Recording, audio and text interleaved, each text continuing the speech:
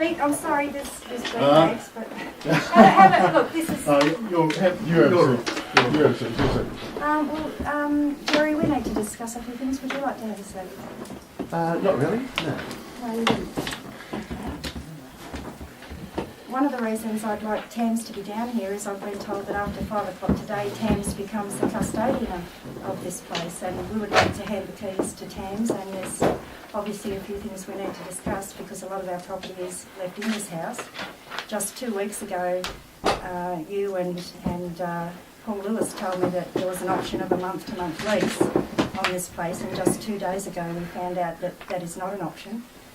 Obviously in the last 2 days with the back-to-back phone calls we have not had the opportunity to remove a lot of our furniture and a lot of our belongings, and I'm actually requesting that I be allowed access to the house with a TAMS officer in presence, if necessary, next week, to, with some dignity, remove our belongings of 26 years.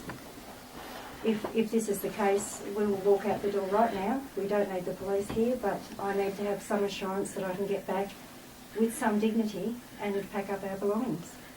We thought about that as well. That's the contact number for the TAMS person.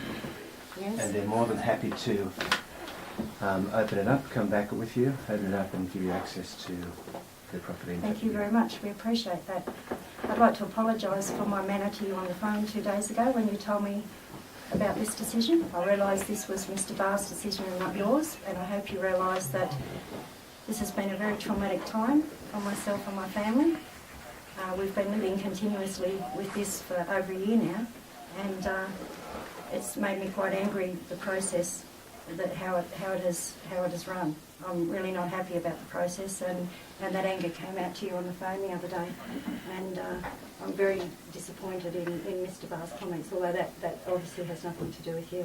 So I'd like to apologise for my tone of voice and the anger that I displayed to you on Thursday when I spoke to you. Thank you, Jenny. I'd like to ask you why the TAMS lady is up at the top of the road and not here? It's we'll take custody initially when I take the keys. That's the nature of the warrant. And then they'll take management or custodianship after that.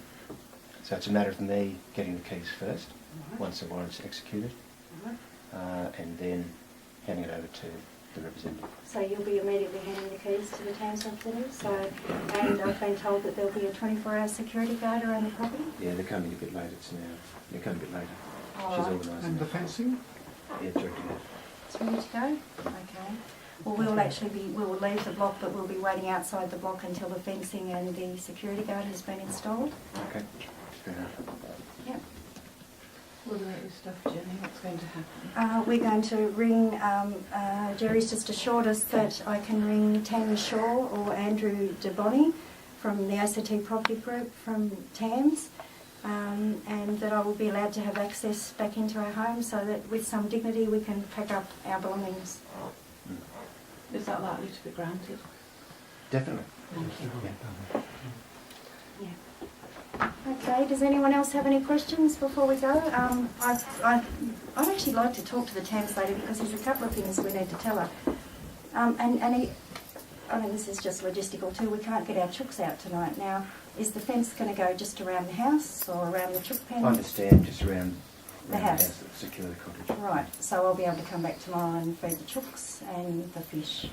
The details, you'll have to talk to Tanya on that one. She'll organise that. Oh, right. Is it Tanya that's up the top of the road? Yeah, with the fence guy, so she'll be coming down in a minute. Okay. Well, I might just have a quick chat with her about the chooks and the fish. Yeah. So, I'd like to There's the keys. There are the keys to the front door. There are the keys to the back door. That is the 1926 key to the laundry that I have repaired with my own hands to make sure this house was intact. This is an original key. This key is a 1926 key, and we were given this key. My husband picked it up from officers in Civic after we were given permission to move into this house as caretakers to protect it. This house was trashed beyond belief. There was no hot water. There was no drawers in the kitchen. There was graffiti everywhere. There were slug gun holes. The windows were smashed, and we did not need the keys. Slug gun holes in the ceiling. As the doors were kicked in. This house, nobody would have paid rent for this house. This house was going to be, it was derelict. It was going to be knocked down. Nobody would have paid rent to live here for the first 10 years of living in this house. And even now, there's no electric stove in the kitchen. There's a fuel stove in the kitchen. That's our third second-hand fuel stove. Even the original fuel stove was ripped out from the house. The flue was ripped out. There was soot and possum prints all through. This is our second lot of carpet. This was an open fire. We've painted this room many times. We've painted all the rooms many times. Unfortunately, this is what really makes me sad.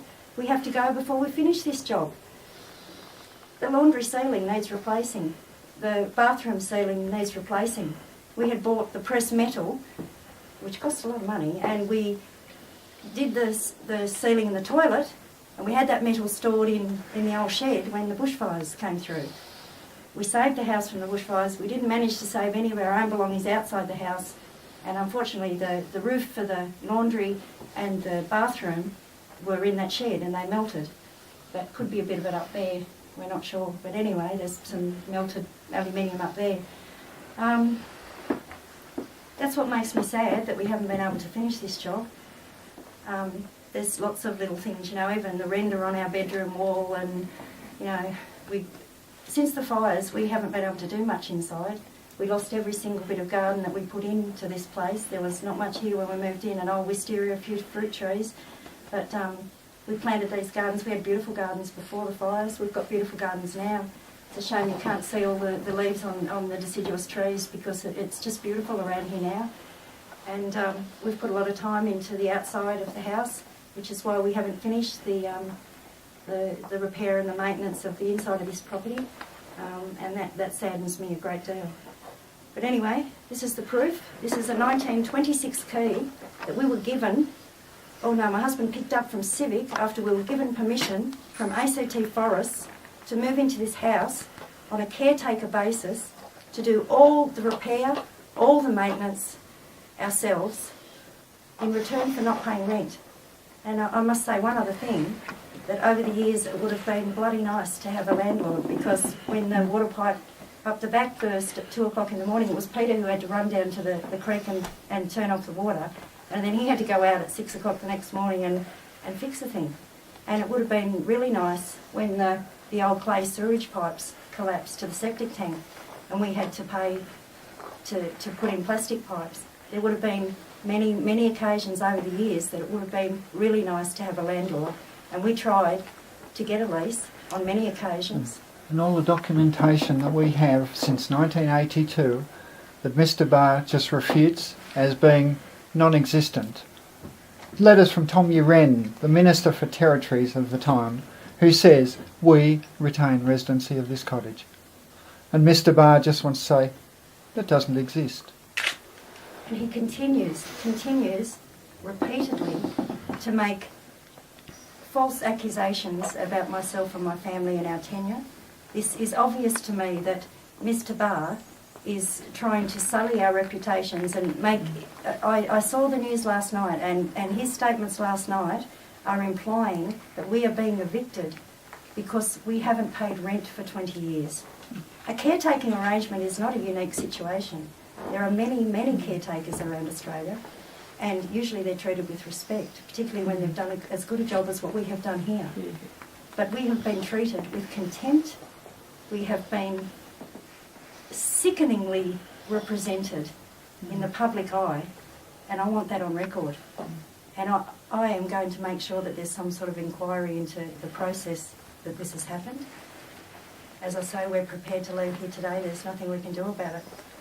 But I think those few things needed to be said. So there you go, guys. That's the proof. We're not illegal squatters. We were given keys. That's a key from 1926. All the other keys, these ones, we've had to buy because the keys have broken off in the locks over the years, and my husband's replaced all the locks here. So they're all actually our property, but we'll give them to Tams. This one, the oldest key of all, survived. So that's the proof. There you go, Mr. Allen. Okay, so I suppose that's it. So the fire will be safe. It will burn itself out. It's totally safe and totally sound. Yep. It burns generally from November so there shouldn't be any fires in the roof. April to We're also going No, to they're turn off the electricity